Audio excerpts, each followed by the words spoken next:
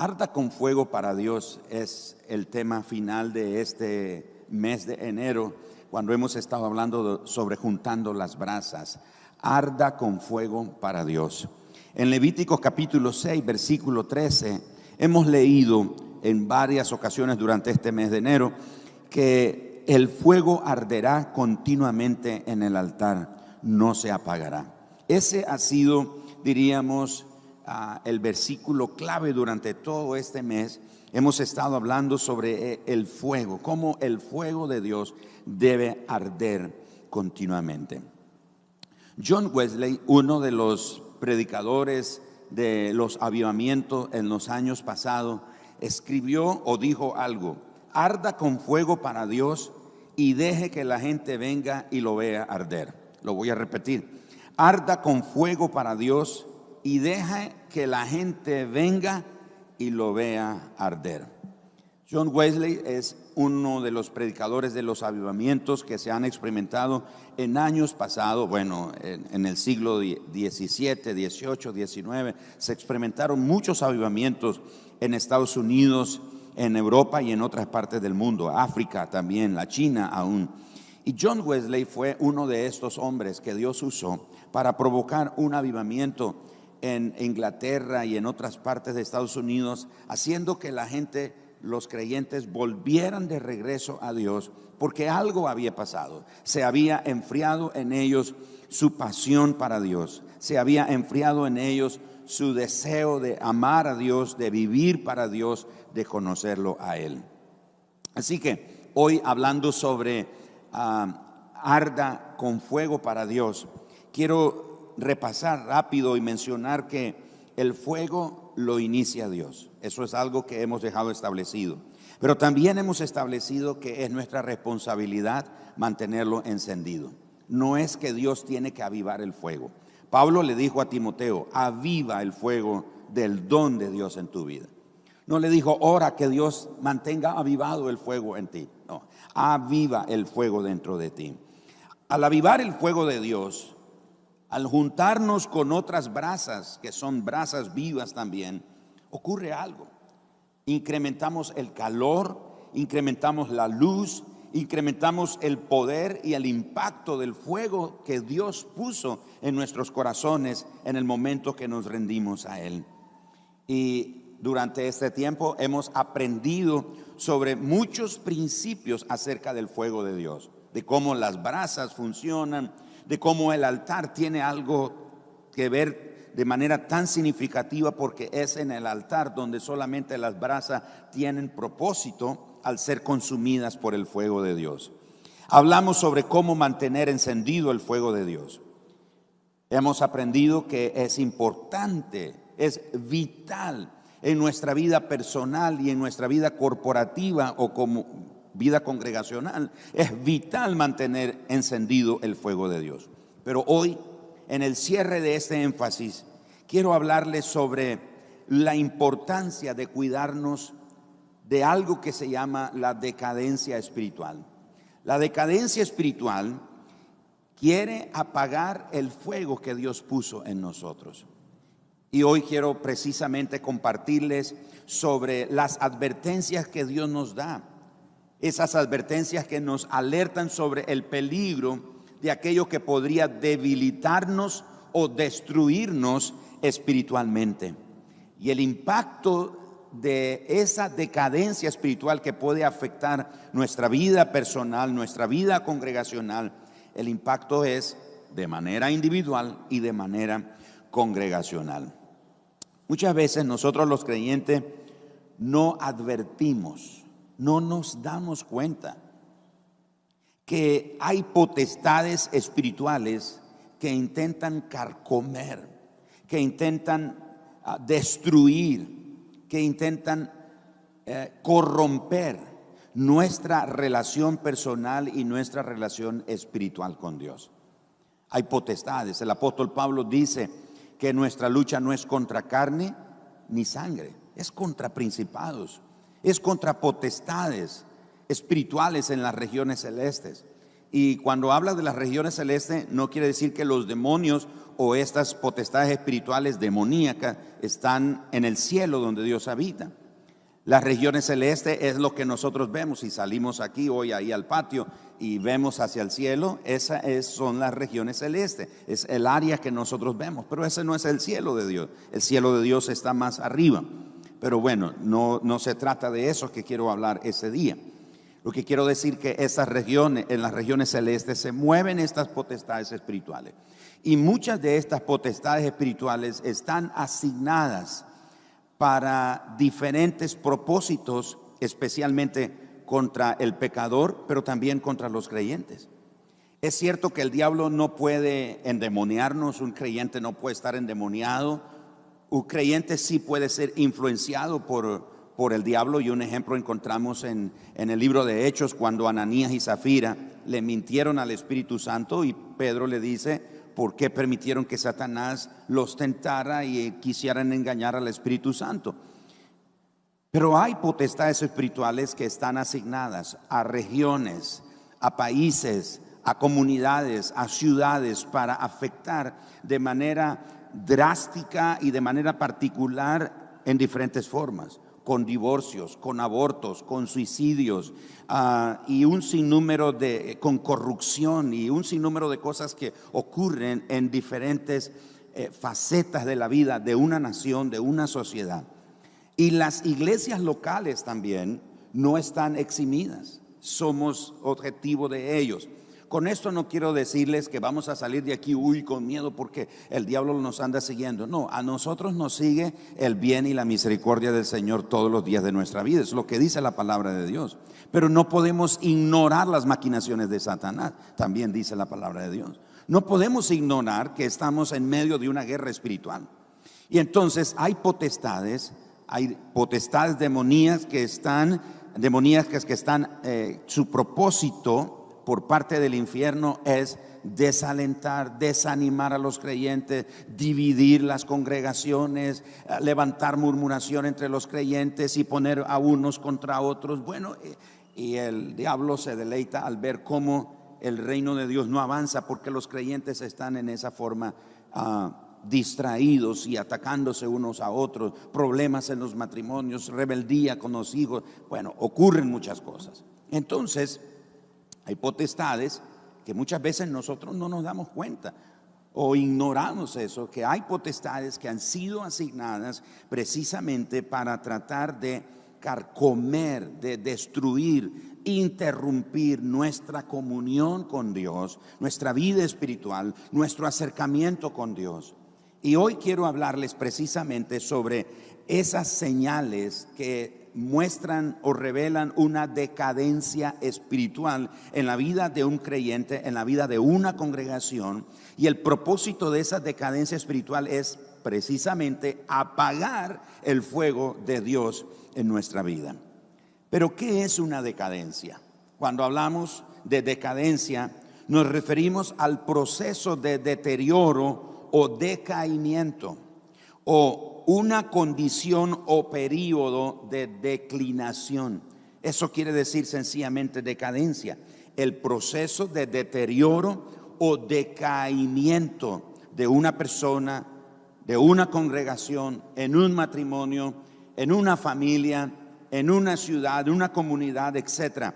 Y hablando de manera personal con cada creyente, es ese deterioro que es un proceso, no se da de la noche a la mañana, no se da de una vez, es un proceso que va en deterioro, en decaimiento poco a poco. Es una condición, un periodo de declinación. Entonces hemos aprendido, estamos conscientes que necesitamos mantener el fuego de Dios en nuestra vida ardiendo, encendido, pero también es importante, le quiero hablar de la otra cara de la moneda. Usted necesita conocer que hay advertencias que Dios nos da, señales que Dios nos da, y nos dice: cuídate de esto, porque la decadencia espiritual te puede llevar a apagar el fuego de Dios en tu vida y no te das cuenta. La primera de ellas es la falta de energía espiritual y moral. Es esa falta de energía espiritual, es la carencia crónica de energía espiritual y moral. Esto nos advierte de un peligro espiritual que está a punto de suceder, un colapso en nuestra vida. Pero ¿cómo podemos identificar la presencia de esa señal en nuestra vida? Bueno, cuando comenzamos a experimentar la carencia de fuerza y de motivación para llevar una vida cristiana dinámica. Comenzamos a experimentar un desánimo, comenzamos a experimentar un desaliento. De repente nos cae ese sentimiento, esa falta de energía, esa falta de ánimo, esa falta de deseo. Estamos desganados, estamos sin fuerza, no tenemos fuerza, no levantamos las manos cuando congregacionalmente estamos reunidos, no levantamos las manos, nos sentimos pesados, nos sentimos aburridos, nos sentimos hastiados y sin fuerza, sin ánimo. No queremos orar y sabemos que hay que orar, pero es como si puede hacerlo otro por mí, que lo haga. Esa es la primer señal de que está comenzando un proceso de decadencia espiritual en nuestra vida. La segunda señal es la renuencia al cambio. La renuencia al cambio es cuando nos negamos a cambiar sencillamente. Es cuando le rendimos obediencia a cualquier ídolo de estabilidad o que es pronosticable, es decir, algo que es seguro, algo que, como se dice popularmente, nos vamos a la segura. No queremos esforzarnos, no queremos correr riesgo, no queremos tomar un desafío. Ya es lo que conozco, y de ahí refranes como eso: es mejor lo viejo conocido que lo nuevo por conocer. Ya estoy así, ya eso es lo que conozco, ya sé cómo hacerlo, etcétera, etcétera. ¿Para qué cambiar? ¿Para qué vamos a hacer más cosas? ¿Para qué vamos a procurar mejoría? Si así estamos bien, si no necesitamos. Eso es la renuencia al cambio. No queremos ser incomodados por nada diferente de lo que nosotros ya sabemos. No queremos que algo nuevo venga y nos incomode. No queremos que algo nuevo, especialmente de parte de Dios, que venga y nos mueva el piso y nos sacuda y nos despierte y nos empuje hacia nuevas experiencias o un nuevo crecimiento en nuestra relación con Dios. La tercera falta es la falta de alegría. Ya partió con el Señor un hermano que conocí yo en mis primeros años de ser un creyente. Yo rendí mi vida al Señor, o Él me encontró más bien, cuando yo tenía escasos 14 años de edad. Y este hombre, este hermano, ya estaba en la iglesia de hacía muchos años, pero él tenía algo particular. Andaba en su bolsillo, o en un bolso negro, me acuerdo que cargaba él, andaba una bolsita con caramelos. Y no fue una, fueron varias veces que él se acercaba a mí y me decía: toma, y así es como escondido, toma, endulzate la vida, que andás fatal, necesitas sonreír. Y ya solo con eso ya me hacía sonreír, porque y ya yo abría el caramelo y me lo comía. Pero él decía, se acercaba a uno y decía: tome, necesita alegrarse, anda fatal, qué cara la que anda. Hay creyentes que perdieron la alegría. Cuando no hay alegría en la vida cristiana, cuando no hay gozo, y la alegría y el gozo del que hablo no es por las circunstancias que nos rodean, por lo que tenemos o lo que nos hace falta, es por la presencia de Dios en nuestra vida. Es el Espíritu Santo en nosotros. Entonces, la falta de alegría es una señal de que algo necesita cambiar en nosotros. No quiere decir que nunca vamos a tener tristezas, o que nunca vamos a enfrentar sufrimientos, o que en algún momento no vamos a estar así decaídos y tristes o preocupados, sino que en medio del dolor y en medio del quebranto podemos experimentar el gozo del Señor. En el libro de Nehemías leemos que el gozo del Señor es nuestra fortaleza. Así que la falta de alegría y andar así siempre decaído y desalentado y con una cara de pocos amigos, y eso es estar a un paso de la amargura. cuando usted pierde la alegría y pierde el gozo y la vitalidad y la energía y la expectativa y la esperanza en Dios en medio del dolor y en medio de la dificultad, usted está a un paso de la amargura. Y la amargura te hace vivir enojado con Dios, enojado con el mundo, enojado con todo lo que te rodea. Le pasa la de aquel abuelo que llegó a visitar a sus nietos y los nietos le jugaron una broma. Se acostó en una hamaca él y agarraron uno de esos quesos que huelen mal. Solo huelen mal, pero está en buen estado.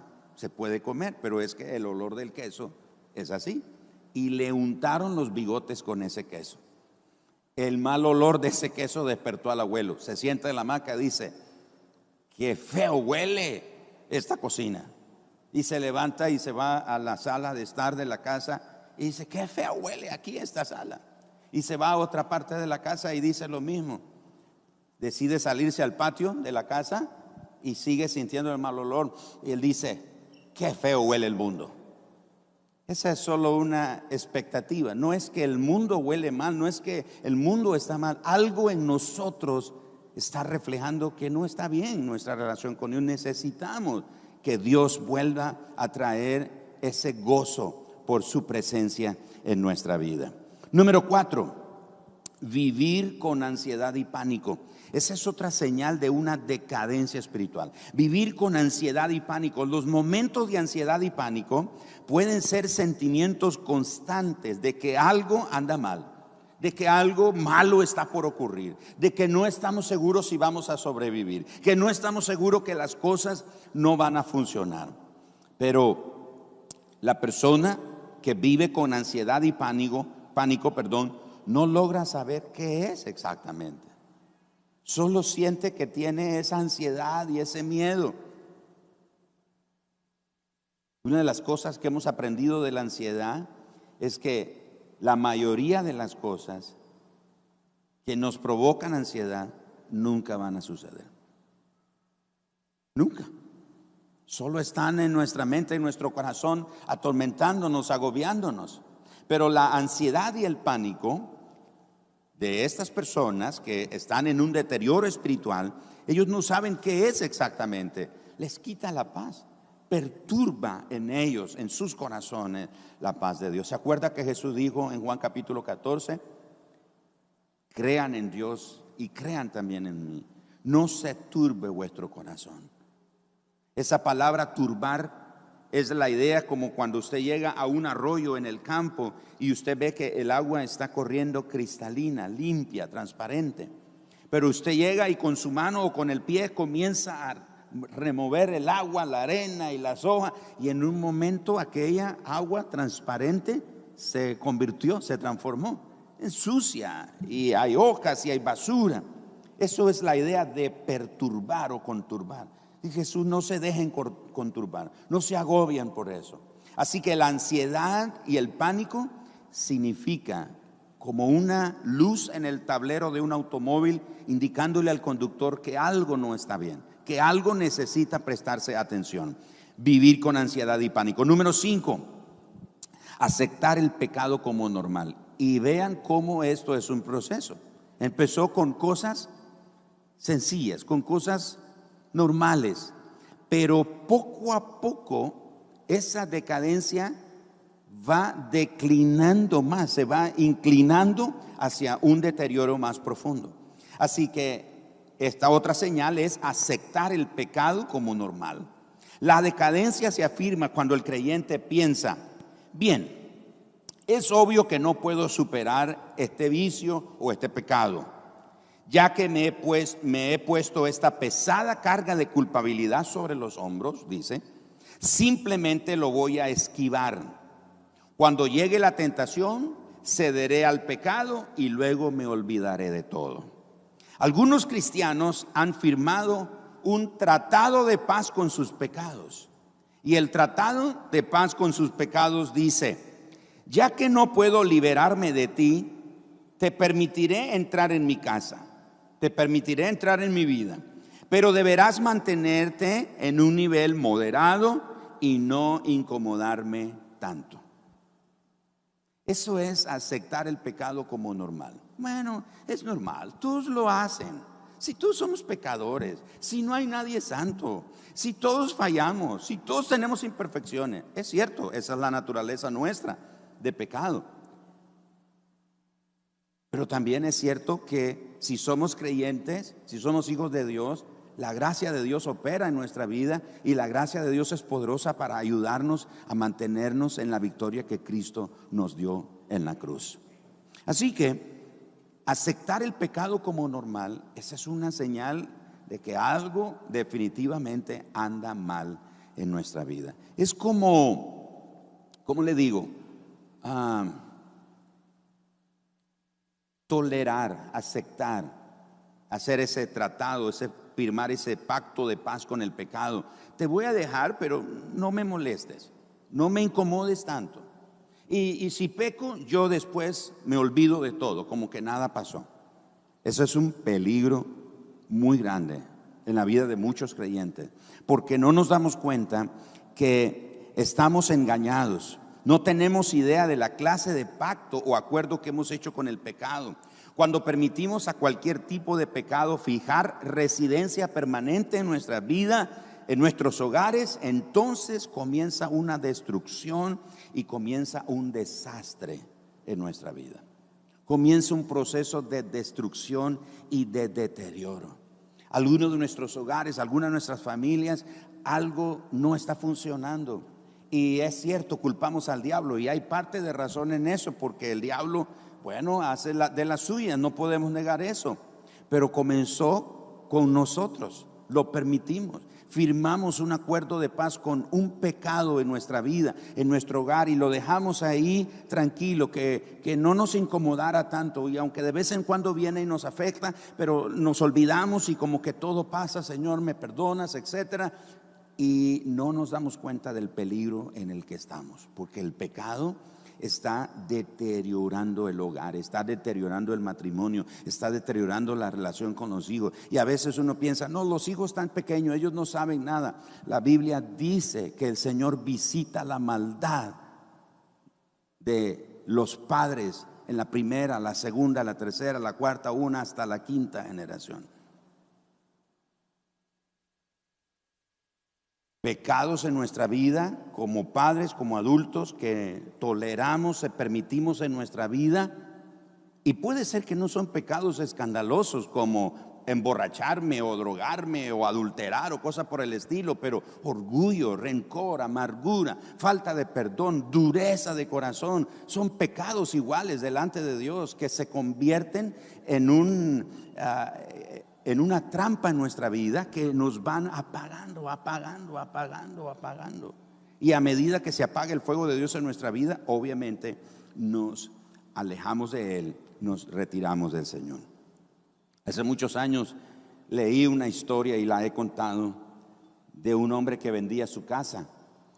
Y este hombre dijo, tengo a la venta mi casa. Llegaron muchas personas a querer comprar la casa, pero no le compraban la casa porque él tenía una condición. La condición era clavar un clavo en la casa. Y la gente decía, pero ¿por qué va a clavar un clavo en la casa que ya no va a ser suya? Esa va a ser mía.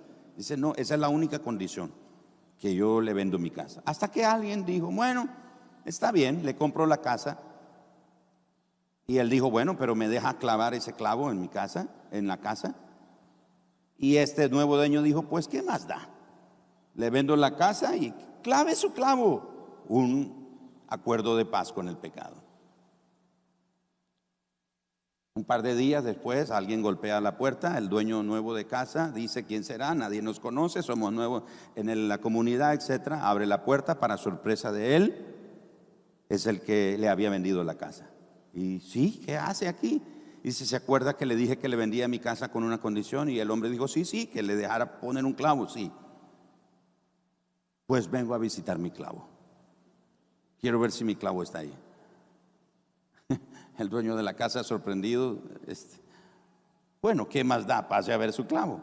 Le abre la puerta, aquel individuo entra, ve su clavo que ahí está, no lo han tocado, y se va, gracias. Otros días regresa, vuelve a tocar, vuelven a abrir, la misma conversación. ¿Qué hace aquí?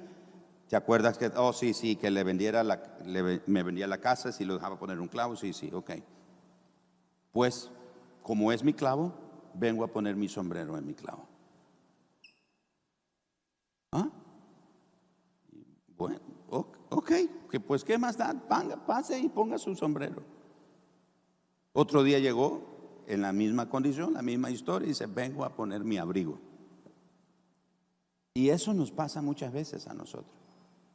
Cuando nosotros vemos el pecado como normal, es como que le dejamos al enemigo que clave un clavo en nuestra vida y que de vez en cuando él venga a visitarnos, a atormentarnos, a agobiarnos. Y de repente usted está siempre así bien consagrado al Señor y viene el diablo, toca la puerta de su corazón, vengo a visitar mi clavo, como es el clavo de él, y usted dice, bueno, entre, y él entra y hace averías, te desanima, te desalienta y vuelve. Ese es un ciclo que no termina. Cuide que no acepte como normal el pecado en su vida. Número 6, tedio en la oración. El tedio es la sensación de malestar, de aburrimiento, de desgana, de hastío, de fastidio, provocado por la falta de diversión o falta de interés por algo. Muchos creyentes oran, por ejemplo, media hora, pero en esa media hora ellos están viendo el reloj, a qué hora se cumplen los 30 minutos, y mentalmente están haciendo listas de cosas que tienen que hacer y de lugares que tienen que visitar. Y listo, ya, 30 minutos, me voy. Ellos estuvieron ahí en la oración, sus cuerpos estuvieron ahí, pero la mente y el corazón de ellos estuvo lejos. No estuvo ahí. Son personas, son creyentes que tienen un tedio, ya perdieron interés por algo tan importante como es la oración. Número 7, tener los pies en la iglesia y los ojos en el mundo. Tener los pies en la iglesia y los ojos en el mundo. Alguien podría pensar, bueno, hago todo lo que se espera que haga yo como un creyente. Voy a la iglesia, oro, leo la Biblia, ofrenda, etcétera. Entonces, ¿pero qué más da? Las pasiones más fuertes de su corazón no están en la iglesia, no son las cosas del Señor, sus pasiones están en otro lado. Las luces del mundo han seducido a ese creyente. Entonces es un creyente que está aquí físicamente, si viene religiosamente, viene a cada reunión, a cada actividad, pero sus ojos están en otro lado. Sus ojos están en el mundo. Está físicamente aquí, pero está en otro lado. Su pasión está en otro lado. Su interés está en otro lado. Lo hace de manera religiosa. Lo hace ya por la tradición, no porque tiene una pasión y porque sea un interés seguir al Señor. Número 8, rehusar nuestras finanzas al Señor. ¿Ha estado reteniendo usted el dinero que el Señor ha puesto en sus manos? Ese dinero que Dios ha puesto en tus manos para apoyar y bendecir a tu iglesia local, para bendecir y apoyar las misiones. Si es así, ese podría ser un indicio de que estás cayendo en una decadencia espiritual. Quizás algo enfrió tu corazón y el Espíritu Santo te está diciendo, no estoy viendo tu generosidad.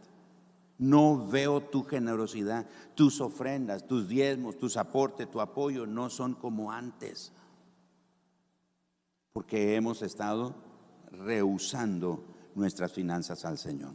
Y se nos olvida que lo que tenemos es del Señor. Somos administradores de lo que Él nos da, no es nuestro. Tenemos que erradicar de nosotros mío. Eso es del Señor, le pertenece al Señor. Rehusar nuestras finanzas al Señor es otra señal de decaimiento. Número 9, sentirnos incomodados por la cruz y lo que ella significa. Sentirnos incomodados. Cuando las palabras sacrificio, la palabra sufrimiento y el mensaje de la cruz que conlleva sufrimiento y sacrificio nos incomodan, cuando solo deseamos escuchar mensajes de bendición y de prosperidad, mensajes que nos soben, mensajes que solo tiren así una vista por encima, de manera externa a nuestra vida, y no que la palabra de Dios como espada de dos filos penetre y parta, separe lo santo de lo mundano. lo espiritual de lo que no es espiritual, la verdad de la mentira, el pecado de la santidad, etc. Cuando oímos esos mensajes nos sentimos, no me gusta, me voy de esta iglesia porque en esta iglesia, uy, cómo lo maltratan a uno y cómo le dicen. Hermano, si tú eres un discípulo de Jesús, no tienes por qué sentirte incómodo con el mensaje de la cruz. Si la palabra de Dios te confronta, es una señal de que algo no está bien en tu vida. De repente hay personas que quieren sugerirle a uno como pastor qué es lo que debe de predicar. Pero como dijo Balaán, ¿se acuerdan de Balaán? Balaán era un profeta de Dios, era un vidente. Y Balac era un enemigo del pueblo de Dios. Lo manda a llamar y le dice, mire, te voy a pagar una buena ofrenda si vienes y me maldices a Israel. Y Balaán dice, voy, solo con una condición: diré todo lo que Dios me diga. Y en 3 ocasiones Balaán se para y en vez de maldecir al pueblo de Israel, lo bendice.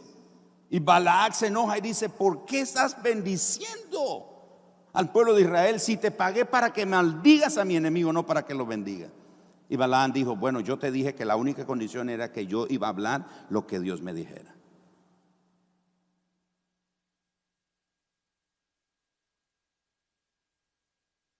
Sentirnos incómodos con el mensaje de la cruz.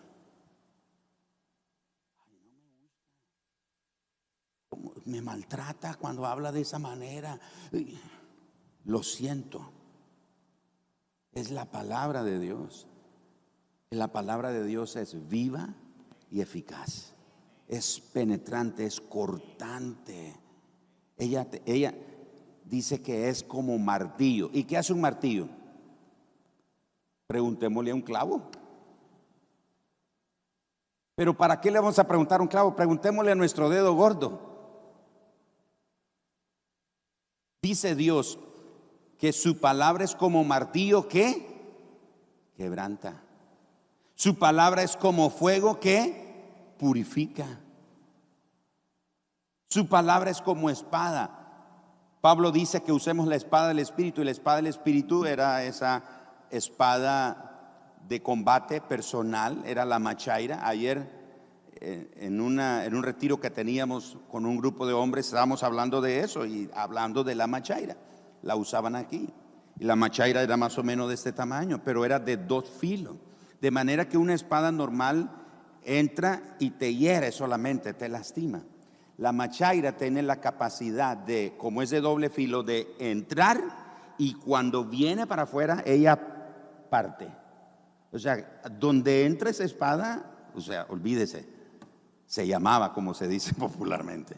Eso es lo que hace la palabra de Dios. Ella entra y expone nuestro corazón, expone la maldad de nuestro corazón, la perversidad de nuestro corazón.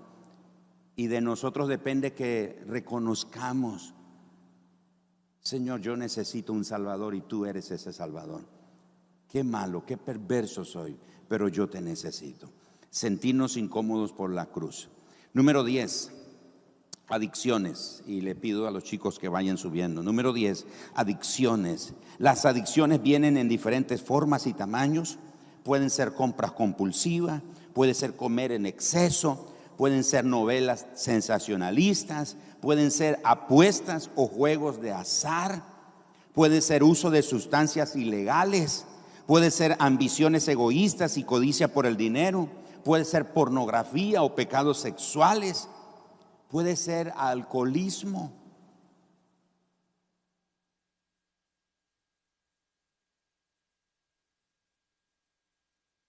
¿Oyeron ustedes, conocieron ustedes, y tal vez algunos de ustedes más que otros, el famoso trago social? Hay gente que a mí me ha dicho, pastor, no, yo no soy borracho, yo no soy alcohólico, yo solo tomo socialmente. El beber socialmente es un problema tan común que aún hay creyentes que se toman su, ¿cómo le llaman? Su trago de social. ¿Y qué pasó anteriormente? Es comenzar a ver el pecado como normal. Adicciones es otra trampa que el enemigo puede poner entre nosotros. Entretenimiento profano.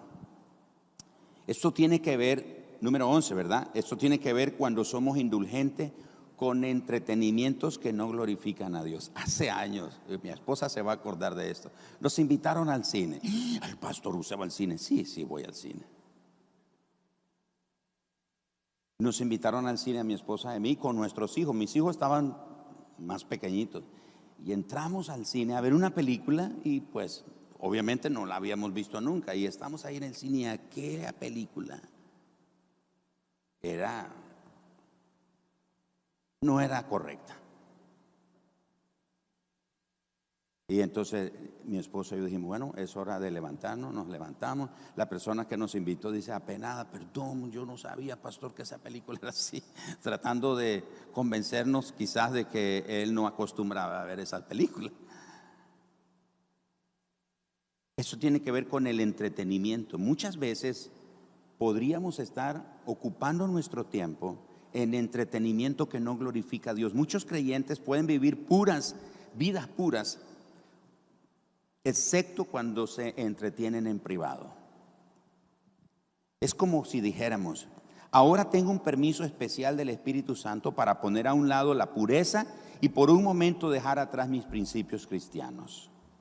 En esos lapsos de tiempo nos entretenemos por bromas profanas, por videos inmorales, pero como la broma o el video inmoral viene con una pequeña dosis de humor, le abrimos paso en nuestras vidas, en nuestra familia. Así que cuidado con el entretenimiento que consideramos inofensivo, porque nos dañará a nosotros, pero también dañará a nuestra familia. Tenga cuidado qué es lo que ve en el televisor en su casa. Tenga cuidado qué es lo que ven sus hijos en la internet, a través de la internet, porque podríamos encontrarnos con un entretenimiento que no glorifica a Dios.